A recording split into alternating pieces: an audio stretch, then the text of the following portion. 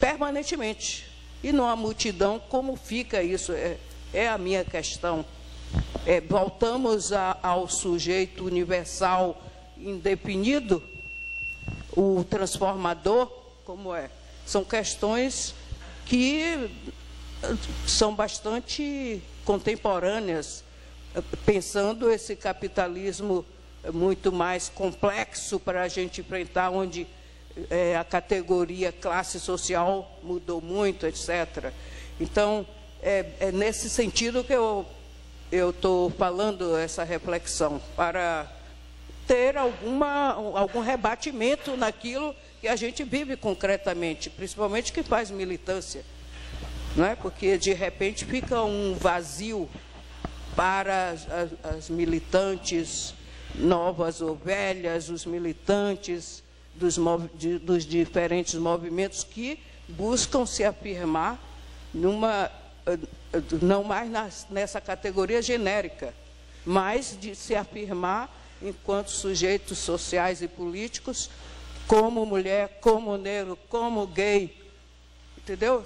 Como para entender a complexidade, embora da beleza, mas não idealização, melhor dizendo, da própria multidão, como é isso, como ela se consolida para ter uma sociedade de fato mais democrática, não só politicamente, mas no sentido de mexer com a economia capitalista, de questioná-la, nesse sentido.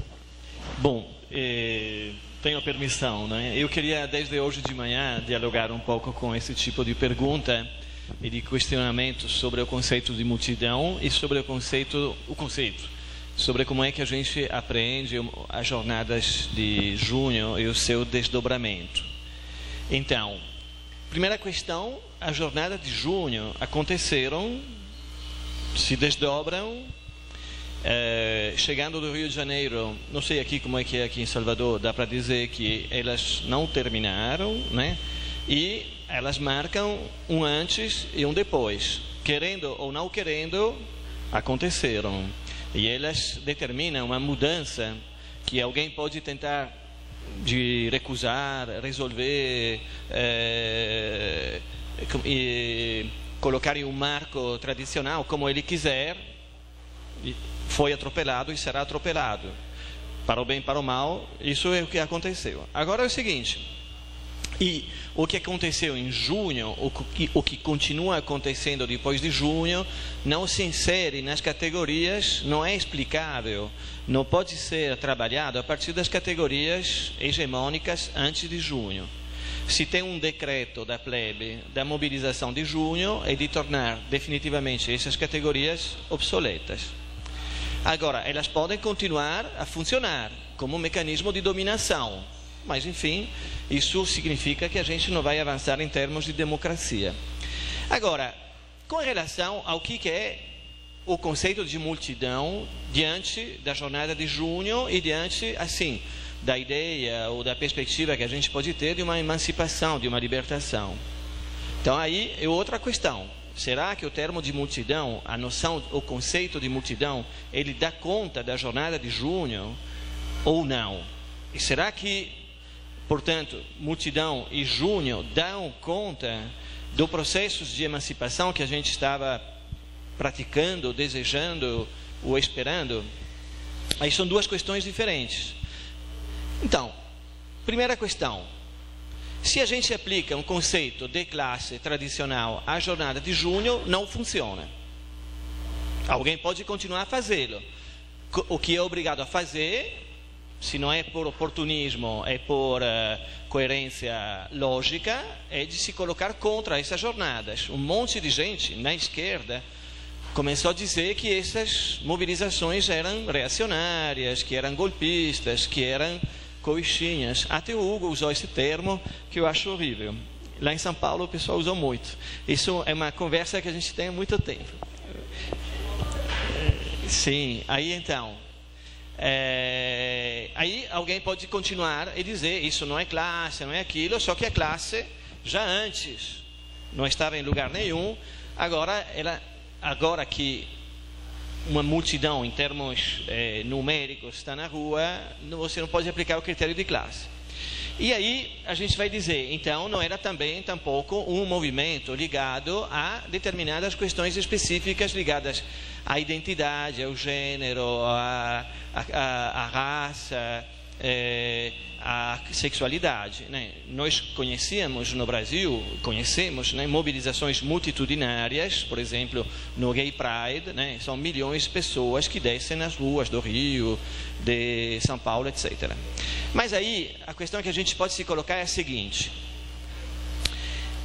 o conceito de classe, na sua relação, o conceito de classe é aquele que é usado em geral, pela tradição de esquerda, mesmo que seja usado só para segurar a bandeira, digamos, a bandeira, como dizer, no bolso, tá?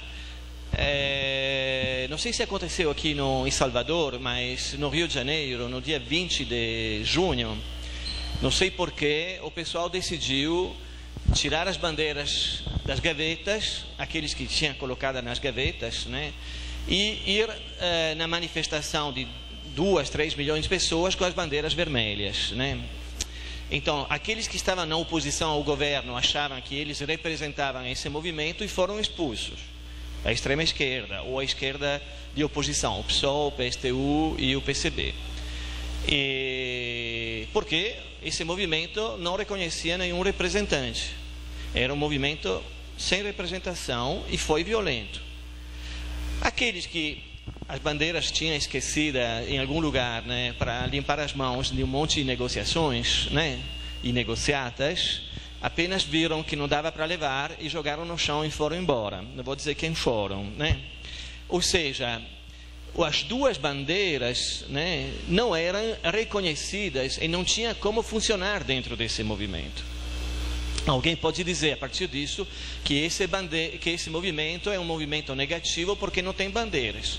Alguém pode dizer, que é mais o que eu acho, que esse movimento só reconhece as bandeiras que ele mesmo produz. Aquelas que são internas ao processo da sua constituição. Agora, quando a gente vai a um discurso de classe, como ele é para essas bandeiras idealistas ou aquelas do pragmatismo, como ele é usado em geral, na esquerda, de governo e de oposição, o discurso de classe, o conceito de classe que é usado, é uma correlação linear entre relação social e econômica fundamental e classe.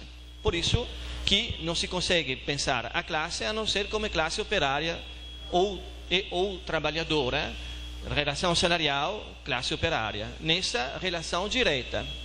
Para esse conceito que é hegemônico na esquerda, os movimentos identitários de gênero, de raça, de sexualidade, sempre foram um problema.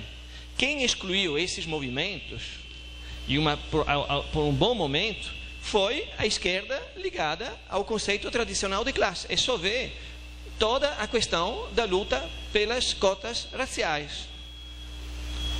As lutas pelas cotas raciais, na realidade, foram uma inovação do movimento negro, foram uma inovação do próprio movimento negro e viraram majoritárias, atravessando as posições que diziam a questão fundamental não é a divisão não é a divisão social em termos de raça, gênero e sexualidade. A questão fundamental é a divisão técnica, é a divisão como organização do trabalho. Então, o que é um problema para esse tipo de lutas, que são organizadas na relação entre identidade e diferença, é o conceito tradicional de classe. O conceito de multidão, ele é um conceito que implica a relação entre identidade e diferença. Portanto, a multidão é múltipla. Então, a multidão é índio, negro, gay, hétero, homo, todo mundo está dentro da multidão. Porque exatamente a multidão são essas singularidades que se constituem na cooperação e aonde a identidade ela entra em fluxo. Claro, toda luta precisa de um momento de identificação.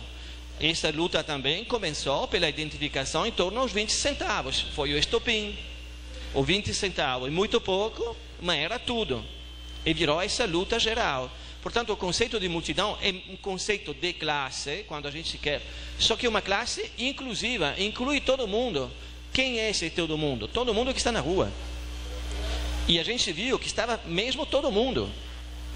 E aí, você vai depois discutir sobre o movimento, por exemplo, o pessoal que ficou torcendo o nariz depois, sobretudo do 17 e 20 de junho, estou falando do Rio de Janeiro, que tinha milhões de pessoas na rua, e aí o pessoal diz, mas eu vi um cartaz homofóbico, eu vi um cartaz que pedia a redução da idade penal. E será que a gente fez a mesma pesquisa, por exemplo, durante uma greve operária e uma manifestação de trabalhadores de uma fábrica?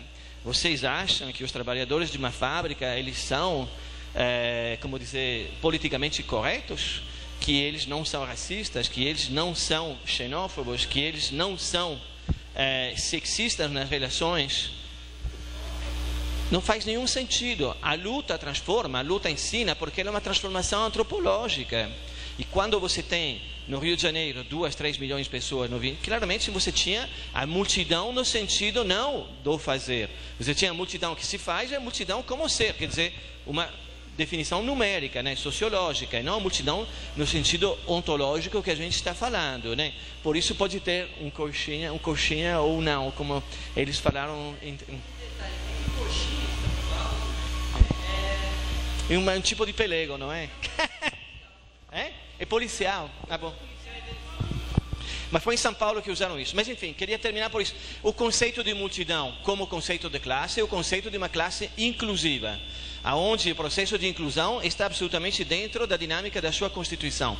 Portanto, a multidão é a multidão da diferença.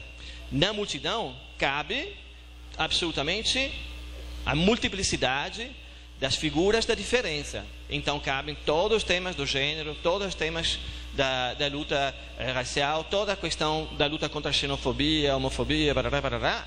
Isso é exatamente a multidão, a constituição da multidão. É o que a gente viu nesse movimento. Quando o movimento chegou ao seu auge com as manifestações milionárias, é claro que aí a gente teve um monte de gente que tentou usá-lo, inclusive a direita, né, a mídia, etc.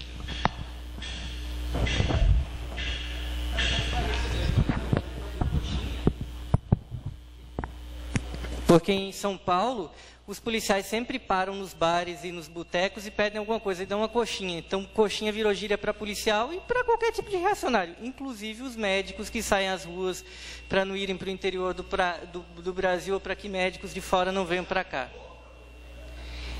Mas é justamente, eles fazem o movimento deles de maneira reacionária, como um lockout. Também é um movimento. Greve de caminhoneiros no Chile foi um movimento grevista e reacionário. Então, nesse movimento, a gente tem essa ambivalência, embora predomine algo que não é necessariamente do médico coxinha. Sim. ¿Se ha acabado? Sí, sí, se ha acabado. Quiero decir una cosa solo. ¿Se ha acabado? ¿Sí? ¿O hay otra ronda de preguntas? Ah, sí. No, muy breve. A mí me parece que el carácter multitudinario de los movimientos actuales yo creo que es su rasgo más característico. Y cuando se dice multitudinario, no se apela a una nueva homogeneidad, sino a un espacio de diferentes, de diversidad. Digamos que esa diversidad no es un problema, sino que es el que enriquece el concepto de multitud. Solo quería señalar esto.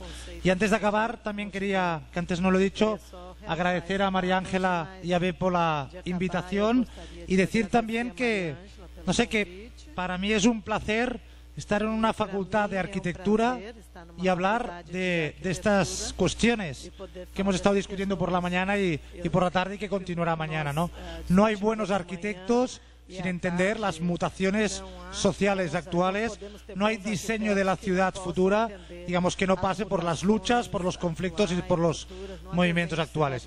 En el marco de la crisis también que estamos hoy de la universidad, yo creo que eso es una cuestión muy buena, que en facultades como esta se hagan seminarios de este tipo.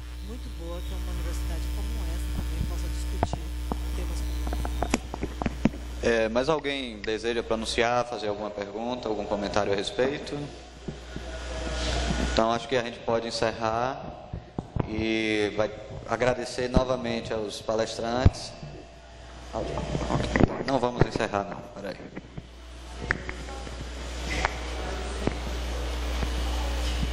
Boa tarde a todos. Eu apenas gostaria de levantar um problema mais conceitual. Quer dizer, sobre os conceitos que estão sendo aqui utilizados, multidão, identidade, etc.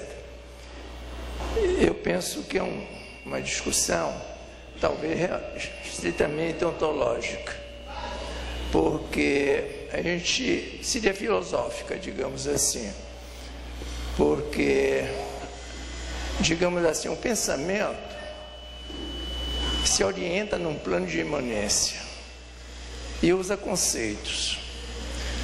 Eu penso o seguinte, que é uma mudança na forma de pensar contemporânea, há uma herança muito forte do pensamento, digamos, moderno, da dialética, da bipolaridade.